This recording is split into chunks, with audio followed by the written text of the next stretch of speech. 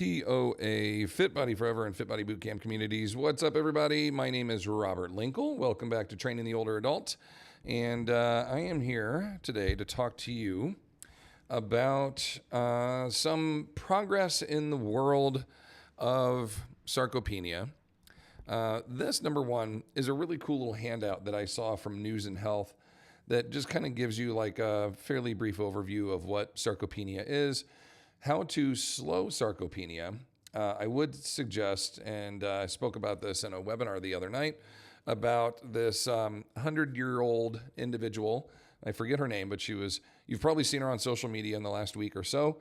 She's 100 years old. She's in a session with her coach and her personal training coach, and a class with a whole bunch of other folks lifting weights and doing squats and planking and wall sitting and doing chin-ups and all this. And she's 100. She was born in 1925, and she's doing all this amazing stuff. And she says in there that I am not the exception. I'm what you're supposed to be. Meaning that if everybody were to just train on a regular basis, 3 days a week for 30 minutes minimum, and just did that everybody would age to be 100. I mean, pending you don't have disease, anything else. Of course, she's lived a very good, high quality of life, and we've got other things to consider. But generally speaking, if you're eating well and you're well hydrated and you're resistance training 3 days a week and you're active every day, then you should be able to still walk around and garden and lift weights and like do all the things you can do at 100 if you just continue to practice these daily things and stay strong. So she's a great example of that. So yeah, sarcopenia is going to, as we age, you're naturally going to lose some muscle mass and you're going to lose some function. You won't be able to broad jump as far as you could or bench press as much as you could in your 30s or whatever, right? But we should still stay very capable individuals. We should not become wheelchair bound, walker dependent, cane dependent, into the disability threshold where we're reliant on someone else. We shouldn't get there unless something catastrophic happens, car accident, cancer, etc., or you're extremely deconditioned, right? So that's what this talks about. And this little section here, it goes just a little bit deeper into what sarcopenia is, the loss of muscle mass and function. That's not just muscle mass, it's function as well. And you'll see it in many different realms of poor posture, etc., as your bones start to weaken. And they give you this, I know it's a little blurry, but this is a zoom in to this top right section right here. See that little top right corner? That's this part. And they talk about you need to strength train all the areas and a couple of days a week. Even something as simple as 5 minutes every day is better than nothing. I'm not a huge fan of that saying. I would rather you do a deliberate 5 minutes of work every single day and have it be worth it, right? Rather than, well, it's better than nothing. I went on a walk today. Well, no, during your 5 minutes, make it the best intentional walk you can make. So you, at the end, you don't go, well, it was better than nothing. No, it was a great 5 minutes spent. That's invested time, right? So that's what we prefer. So with all that being said, we kind of know like, all right, 3 minutes there, a discussion of just recapping what we expect from individuals with sarcopenia. This came across my screen and I went, ooh, that's something we can talk about. Sarcopenia clinical trial pipeline appears robust with 18 plus different pharmaceutical companies out there actively working on a pharmaceutical component that could combat sarcopenia, which basically means the magic pill. Things that we've been talking about, people have been talking about for a long time. What if there was a pill that you could take that would just make you keep all your muscle mass and keep your cognitive function and you didn't have to train anymore? You could just take that pill. Would you take it? And you're like, are there any side effects? And they're like, in this hypothetical situation, no. And you're like, damn right, I'd take it. Like, why wouldn't I? I'm not a competitive athlete, with money on the line or a scholarship. I'm not going to the Olympics, so I don't have to worry about testing. It's not a steroid, right? It's just some type of supplement. If you are supplementing with, creatine, whey protein, or some variation of a protein, a multivitamin is a supplement. Anything that you are not getting naturally means that you are supplementing it into your dietary needs. That is a supplement, and there's nothing wrong with that. I don't particularly enjoy eating vegetables, so I supplement in vegetables with an AG1 or a Nano Greens or any of those variations, right? Where it's like freeze-dried fruits and veggies you mix into your drink. That's a supplement. So basically, that's kind of what they're suggesting here is a pharmaceutical supplement that's like specifically going to target sarcopenia. So I wanted to look a little deeper into that because I said, well, what would that look like, right? And would it be safe? And what would the research say? And so as you look a little deeper, I know I'm going to butcher these, but just bear with me.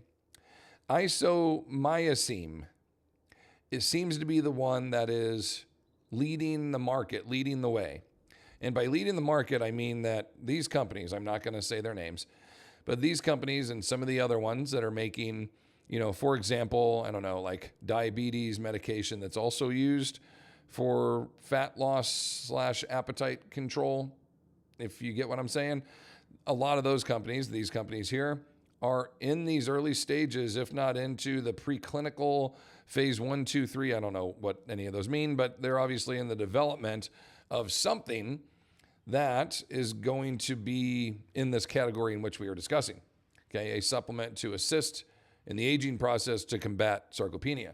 So isomycin seems to be the one that continues to come up. So as we take a deeper look into that, what is that?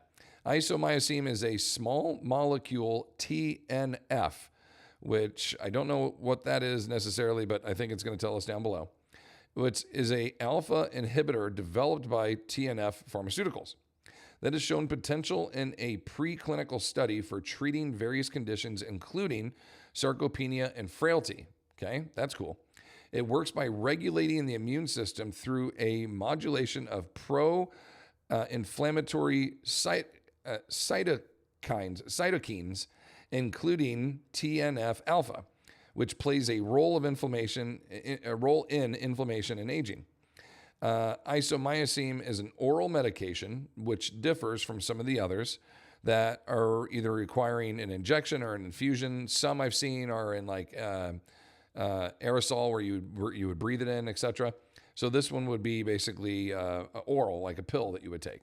Okay, so let's look a little deeper into that, because the cytokines is the next terminology. Like, well, what exactly is happening then with this medication that you take? So let's look at cytokines are small signaling proteins that play a crucial role in regulating the immune system's response. They act as a messenger between the cells, influencing their growth, activity, and communication. Cytokines are involved in various immune function, including inflammation, fighting infections, and cancer. So if you were to take a supplement that boosts your cytokines' ability, you would basically make them more immune to inflammation, more immune to infection, more immune to cancer, more immune to lack of ability or capability, thus reducing the sarcopenic effect of muscle loss due to disuse, no use, undertraining, underconditioning, etc., and the natural aging process. If you are malnourished, if you're underslept, if you're underhydrated, all of the above, right? It would be, I'm very curious to see what the research is going to show on this, because again, they're all in like preclinical studies and whatnot. There isn't anything really that says, hey, we did this for 12 weeks and here's what we saw. Not yet, anyhow. And so the further we look into that, the cytokines help coordinate the immune system's response to all these threatening components. And they're big players in reducing inflammation, which we know inflammation has a lot of negative returns back to the body.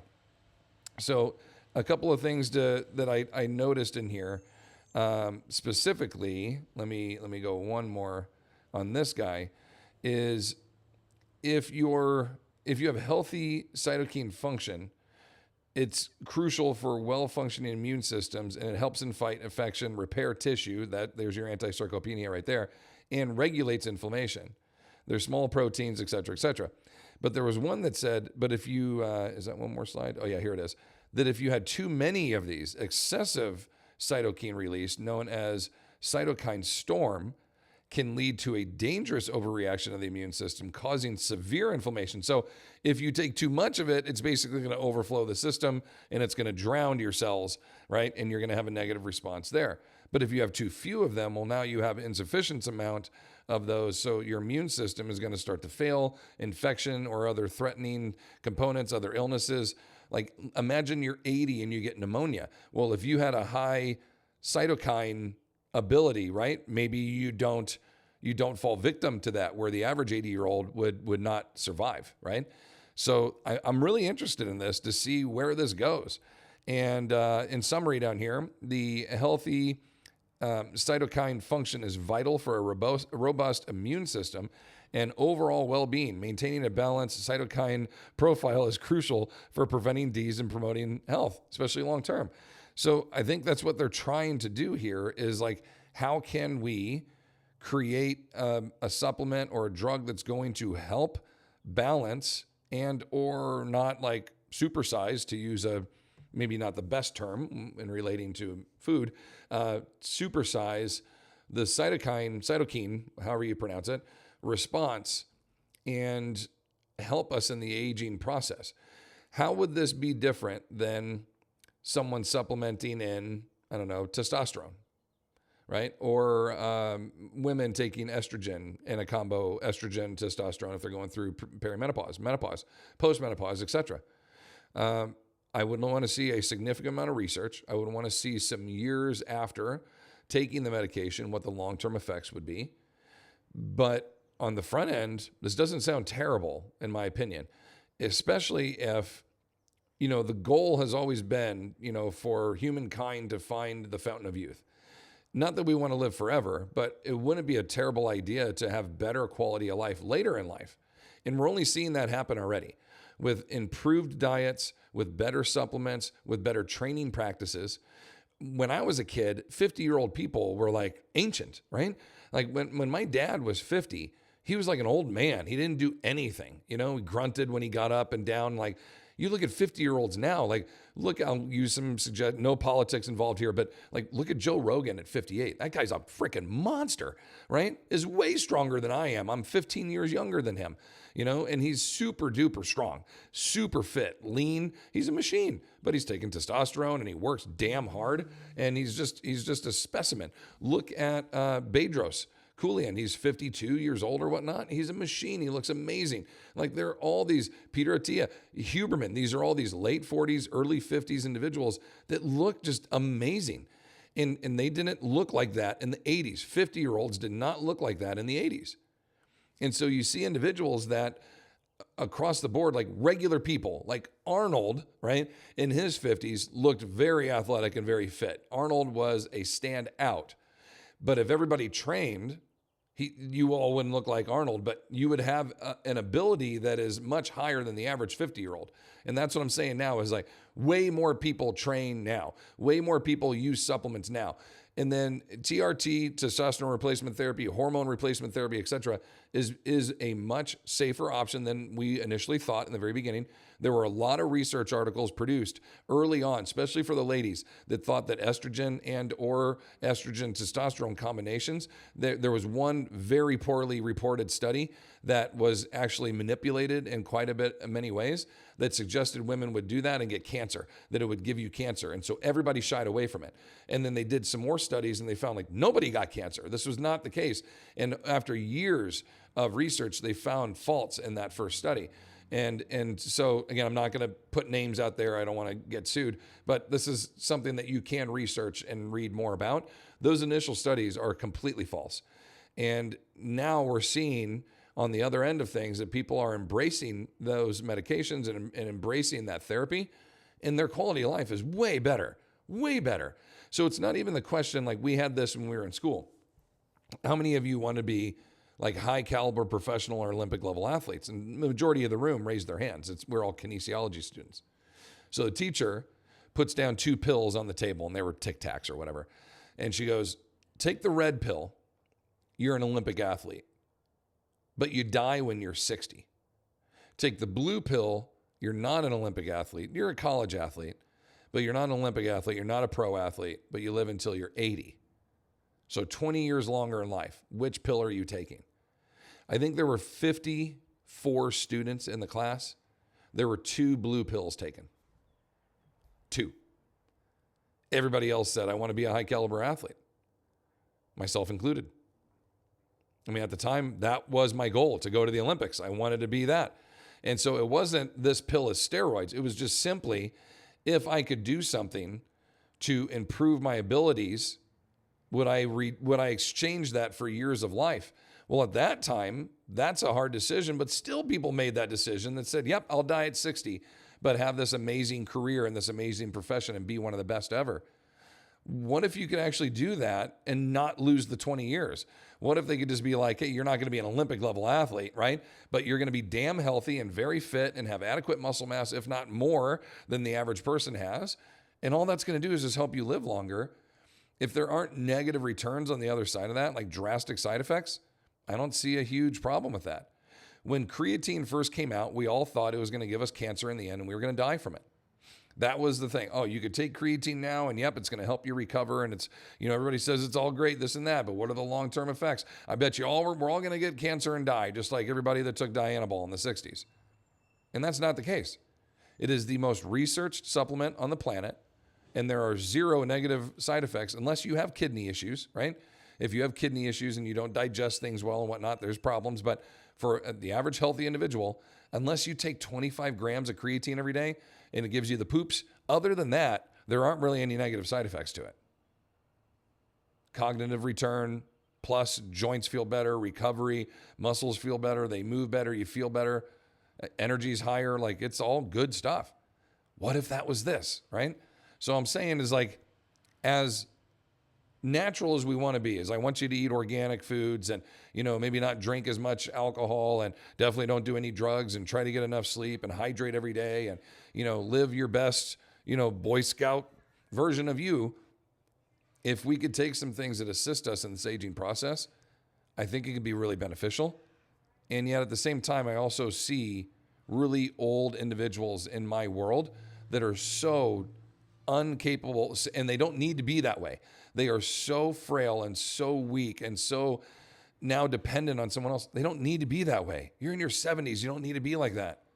Because I've got a bunch of clients in their 70s that are just monsters. They are studs. They've trained. They're not even close to being in the disability threshold, let alone having any disabilities or having any poor quality of life returns. They're crushing it. Our chickens are going crazy. You can hear them out there. Anyhow, I think that this is a very interesting point. I just wanted to throw it on your radar, and I would love to hear your thoughts in the comment section below. Please let me know what you think about this and where it might head.